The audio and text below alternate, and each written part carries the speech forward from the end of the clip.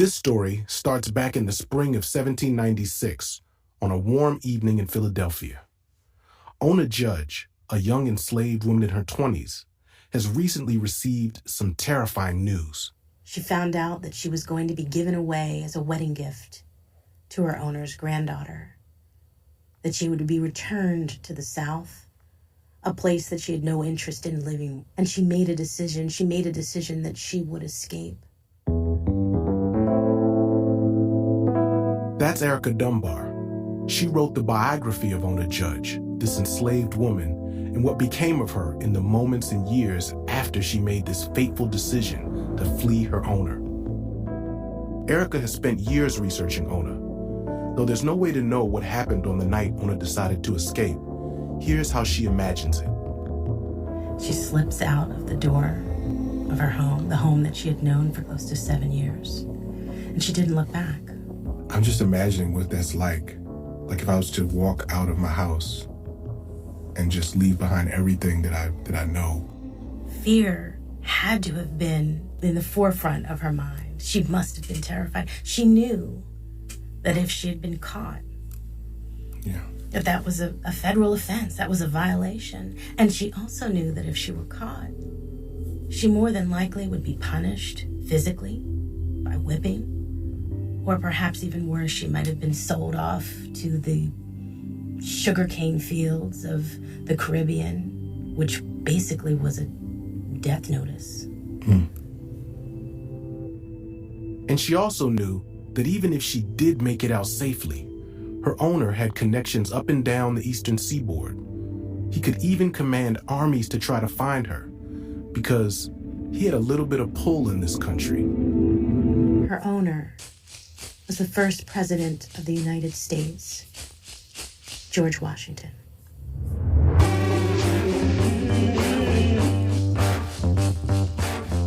After writing some of the fundamental documents professing the American value of liberty, George Washington spent the rest of his life trying to prevent Ona from attaining just that.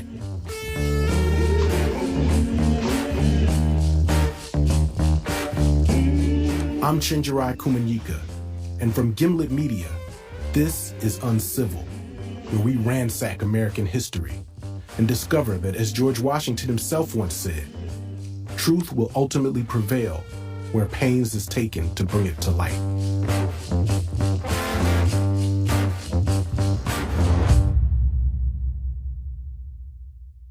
So Ona was in her early 20s the night she decided to try and escape.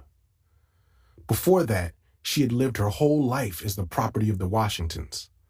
Ona had been born on the Washingtons' Mount Vernon estate in Virginia, and by the time she was a teenager, she was serving Martha Washington continuously.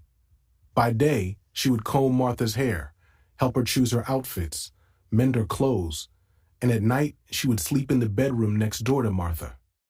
Now, for much of Ona's life, George Washington had been a military commander and politician. But around the time Ona was 15, some big news hit their household. George Washington is elected president in 1789. So the family and many of their slaves have to move, and eventually they settle down in the nation's new capital, Philadelphia. And for Ona, Philadelphia was a completely different world.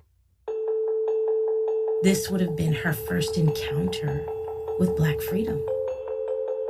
Philadelphia had the largest free Black population in the North at that time. Thousands of people. And it was palpable. It was Black freedom that could be seen on the streets, in the alleys, as Black men and women walked up and down the streets, selling their wares as Black entrepreneurs, selling their pepper pot soup, or running taverns and boarding homes. And there was another key reason that Philly was very different than Virginia.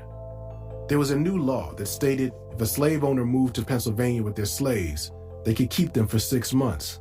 But if they stayed over that period, their enslaved men and women were entitled to liberty. They were entitled to freedom.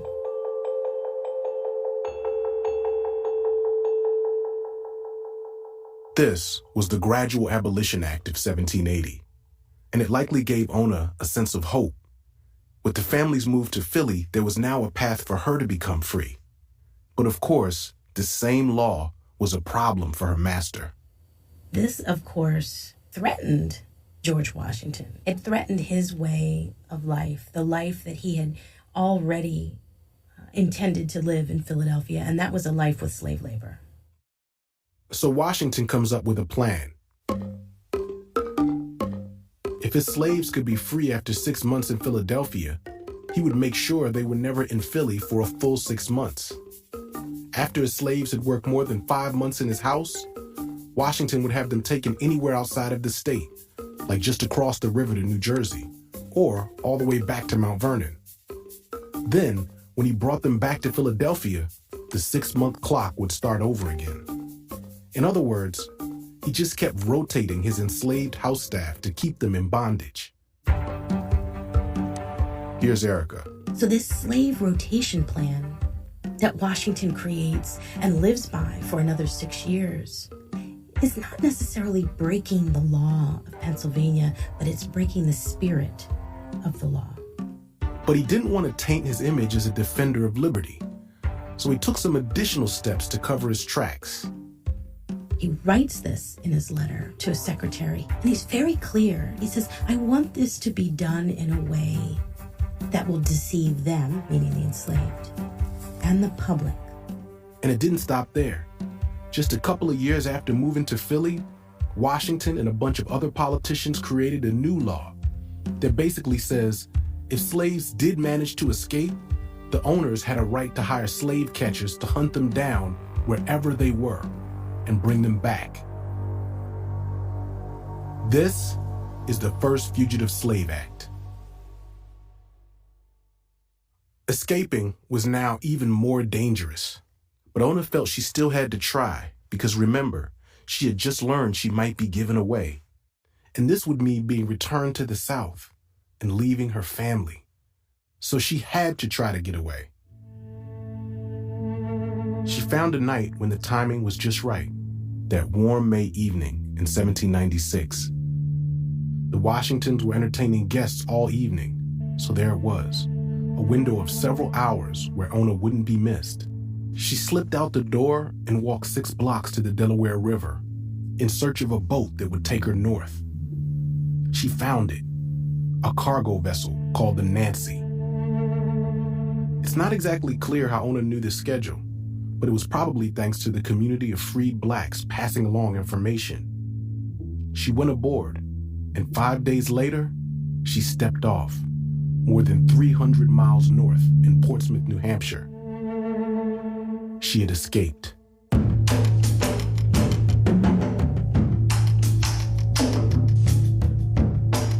Back in Philly, once the Washingtons realized Ona was gone, they panicked. It wasn't just inconvenient, it was also embarrassing. I mean, how would they explain the fact that they had just been outsmarted by a 20-year-old slave? So here's what they started to tell people about what had happened. She must have been tricked, seduced away from them by a Frenchman. And then they placed an ad in the newspaper, begging the nation to help them track her down.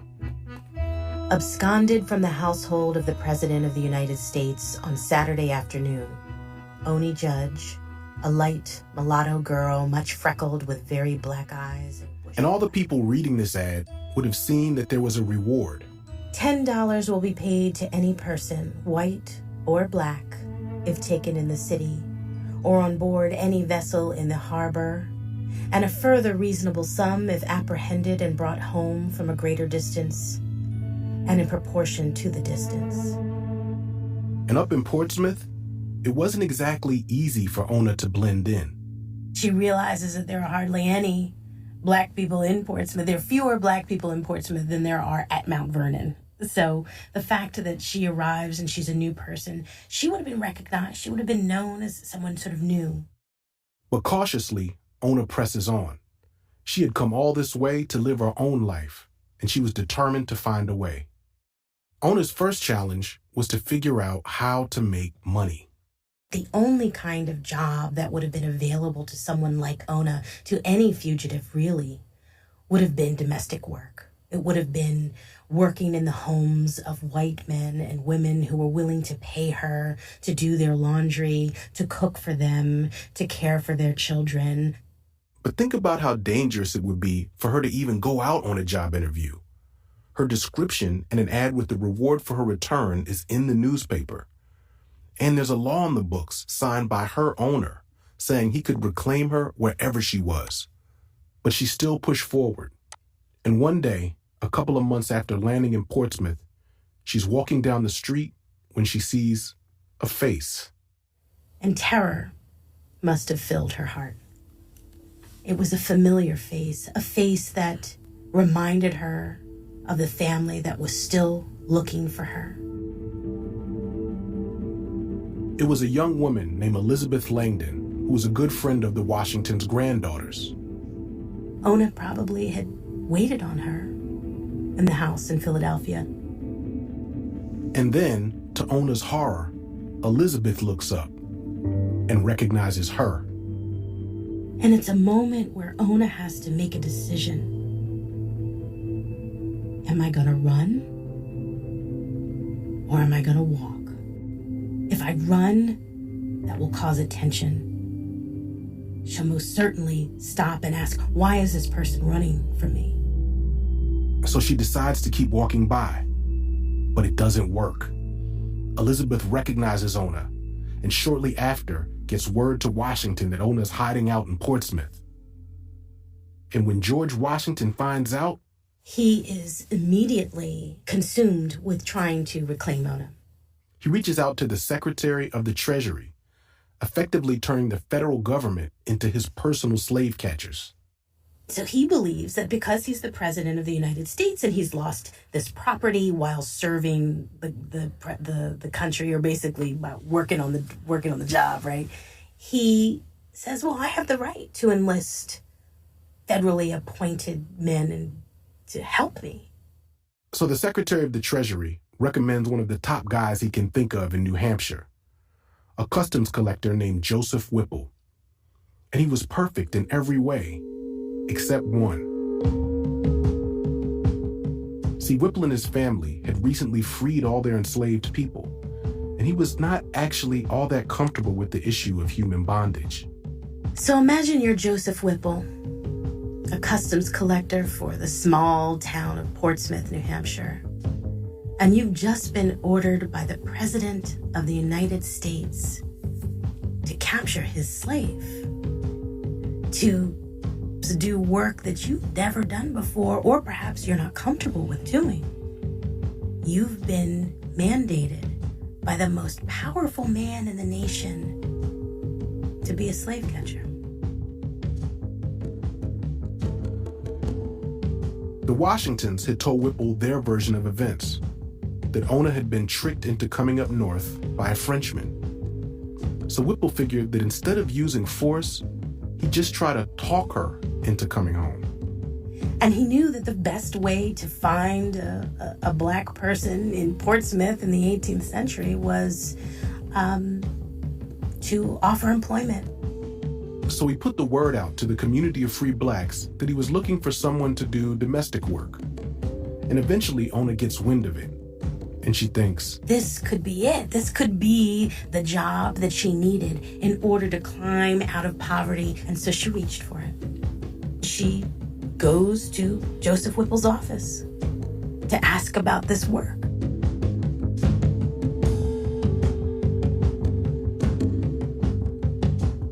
Find out what happens when Ona walks in after this short break.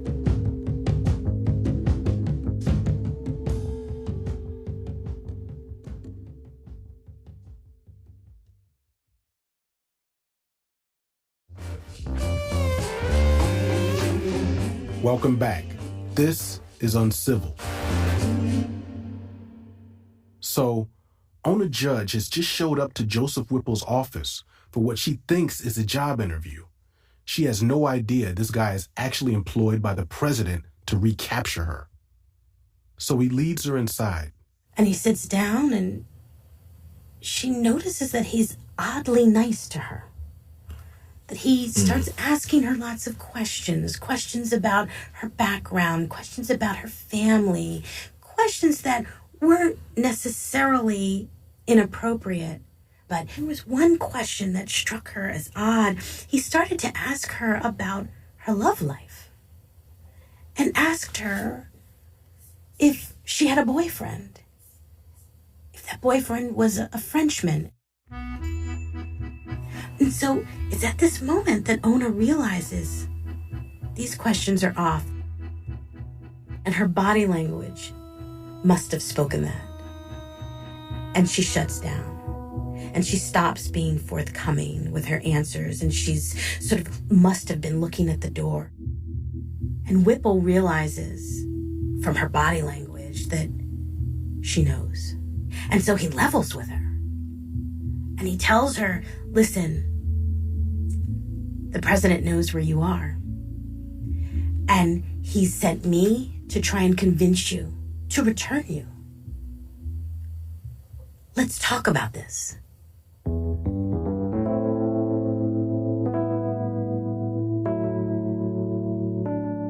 I'm trying to imagine how it might feel to wake up in the morning in the first weeks of freedom, only to walk into a room and learn that the President of the United States knows where you are and is bringing the full weight of the federal government to Portsmouth to get you. It's at this moment that once again Ona is confronted with the nightmare that must have plagued her for months. Here is the man that's there to take her back into the jaws of slavery.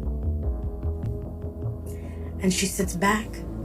She says she was there in Portsmouth, not because she was seduced by a Frenchman, not because she was coerced into running away. She says that she was there because of her thirst for complete freedom.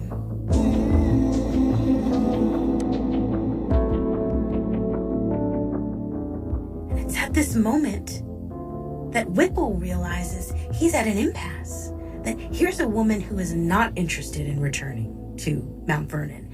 And he asks her, let me talk to them.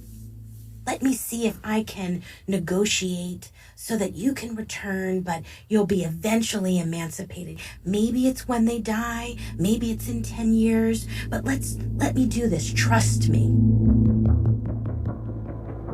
At that moment, she realizes the priority is to get out of Whipple's office. And so she agreed with everything he said. Sure, yes, of course, talk to them. If they agree to set me free eventually, I'll return. Sure. Just tell me when. Nice meeting you.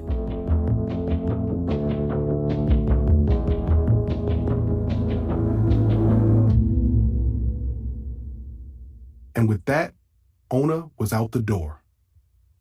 Shortly after, Whipple writes Washington and says Ona wasn't abducted. She ran away. And the only way he might be able to get Ona to come back is if he promises to emancipate her. When this letter is received by George Washington, that one can imagine his ire just building, he writes back and he says, absolutely not. There's no way that we will agree to set anyone free. She broke the rules. But you can tell her that she will be treated kindly once she returns, and that we'll continue treating her family members kindly as well.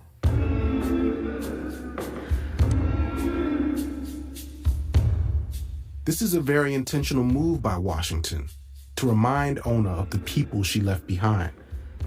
The veiled threat, right? Remember that your family is still here at Mount Vernon. Remember that we can punish them, that we can sell them, perhaps because we're angry with you. Whipple told Ona that a ship was on its way to take her back to the Washingtons. And when the day comes, he waits for her by the docks, probably checking his timepiece, wondering where she is. And at some moment, we don't know exactly when, he realizes that he's been played. Now back in Philadelphia, George Washington's presidency is wrapping up. It's the fall of 1796, and he's writing what will become his famous farewell address, expressing his hope that the country always protect the virtue of liberty and be, quote, guided by an exalted justice and benevolence. Back up in Portsmouth, Ona has no clue if the newly retired president will himself be guided by benevolence, if he'll give up his search, or if he'll shortly come after her again. But she goes back to trying to piece together a life for herself. The first thing that she does is to find love. And she finds a man, a free black man named John Stange. He typically went by Jack. Ona called him Jack. Jack was a sailor, and in time, they had a baby daughter, Eliza. Raising a child on her own terms, this was freedom. But as Ona held Eliza in her arms, she also felt a new fear. Because technically, according to the law, her daughter followed the path of her mother. She was enslaved. She was a fugitive. Slavery followed the apron strings of its women. And so although she was born in Portsmouth to a free black father, it didn't matter. Ona's baby belonged to the Washingtons. The months go by. The baby Eliza grows into a toddler. And one day, when Ona's husband Jack is out at sea, there's a knock at the door. She opens the door and she sees a face that probably drained the blood from hers. It was the nephew of the Washingtons, Burwell Bassett, who'd been sent by George and Martha Washington. She probably wished she hadn't opened the door. But she had. And he, in a sort of interesting manner, spoke kindly to her, suggested once again that she needed to return. He had been sent by his family, that they missed her, that they wanted her, and she needed to come.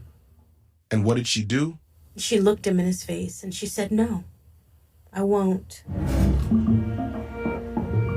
Burwell Bassett realizes that he's going to need to be much more forceful in reclaiming Ona. She's not coming voluntarily. This is probably going to require strong men with ropes, and they were going to need to take her violently.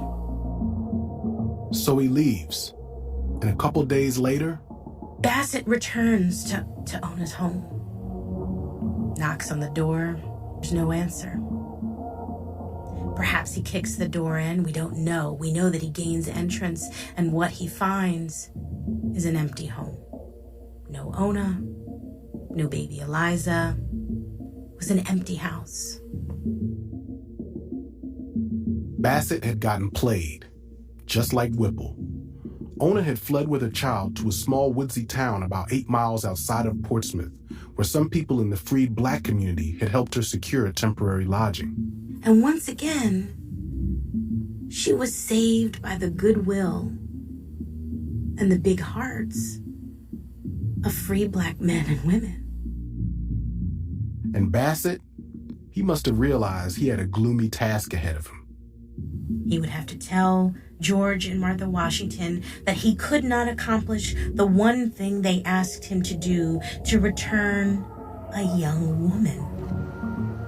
What man couldn't do that in the 18th century?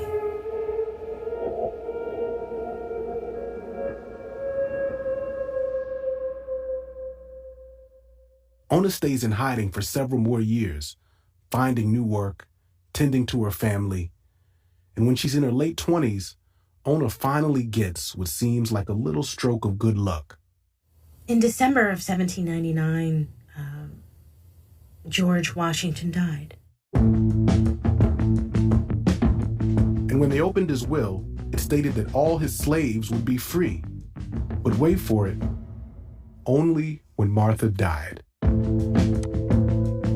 This meant that over 120 people were guaranteed their freedom once Martha Washington died.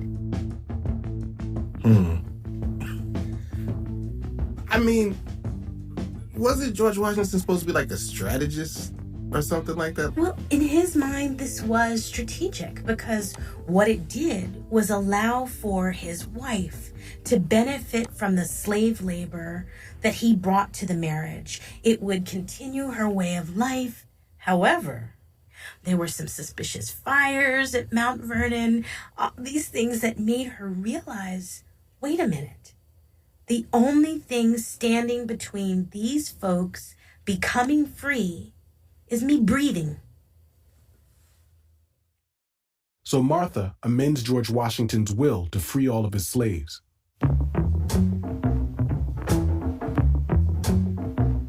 But unfortunately for Ona, she was not one of those slaves.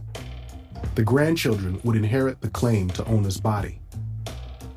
And because of laws that George Washington helped to put in place, Ona's bondage would just keep getting passed down for the rest of her life. In other words, the liberty that the founding fathers like George Washington wrote into law for themselves was built on the unending enslavement of people like Ona.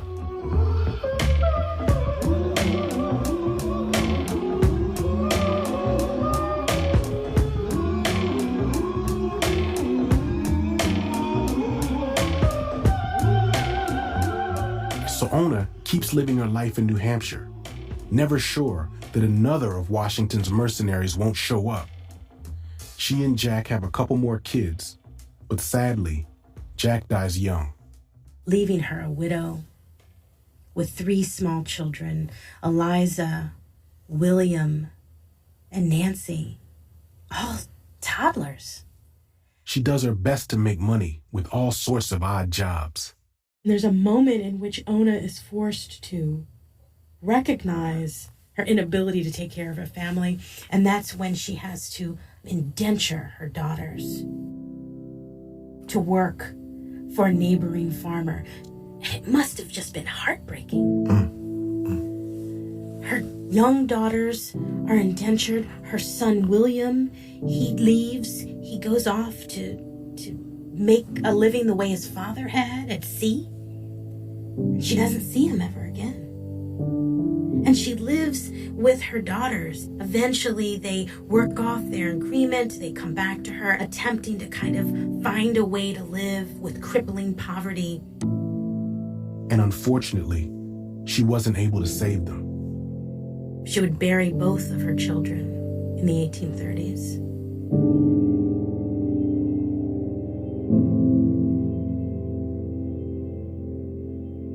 And here's the thing. There was always that claim on Ona's life. And if you follow the line of inheritance to figure out who technically owned Ona at the end of her life, you'd find that the claim had passed from the Washington's grandson to his daughter, who ends up marrying General Robert E. Lee. That Robert E. Lee. But Ona was never captured. And at the end of her life, when she was 70-some years old, Ona still had one thing that no one could take away from her: her secret story and everything it revealed about the first U.S. president and the country. And so she told it. She agrees to give 2 interviews to abolitionist newspapers.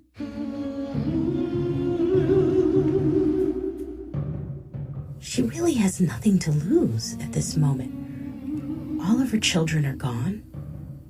She's an elderly woman.